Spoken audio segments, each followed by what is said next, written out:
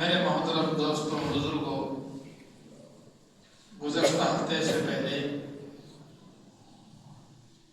اولاد جیسی نعمت کا تذکرہ ہوا تھا کہ اللہ نے جو اولاد دی ہے وہ کتنی بڑی نعمت ہے،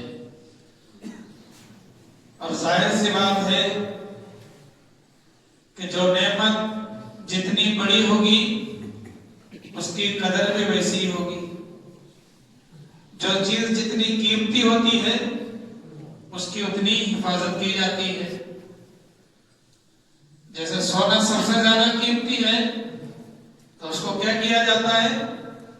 گھر میں کچن میں کہیں بھی اوپر رکھ دیا جاتا ہے، یا کبھی ڈبے میں کہیں پر دروازے کے پاس رکھ دیا جاتا ہے نا؟ نہیں، پھر کیا کیا جاتا ہے؟ اس کو باقاعدہ الماری میں لاک لگا کر حفاظت کے ساتھ رکھا جاتا ہے۔ کیوں؟ کیونکہ چیز قیمتی ہے۔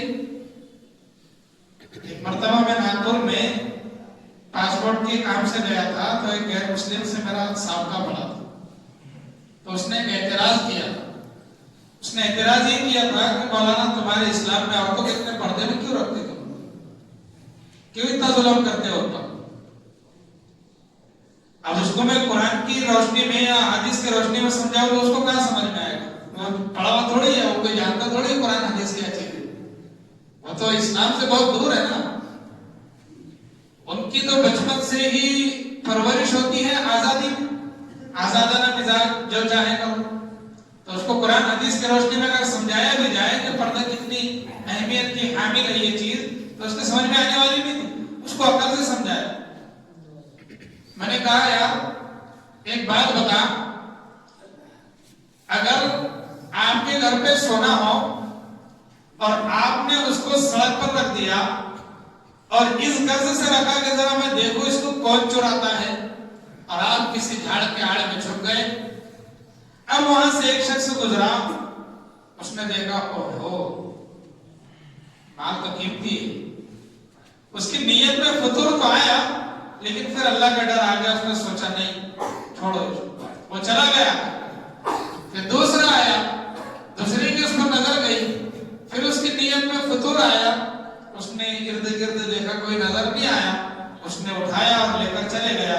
اب آپ نے پولیس اسٹیشن میں جا کر کے رپورٹ دی کہ فلاں آدمی نے میرا سونا چرایا ہے۔ اب پولیس نے جب تحقیق کی اور آپ سے پوچھا کہ آپ نے سونا کہاں رکھا تھا، تو آپ نے کہا کہ میں نے سڑک پر رکھا تھا۔ میں نے کہا یہ بتائیے پولیس ڈنڈے آپ کو مارے گی یا چرانے والے کو مارے گی؟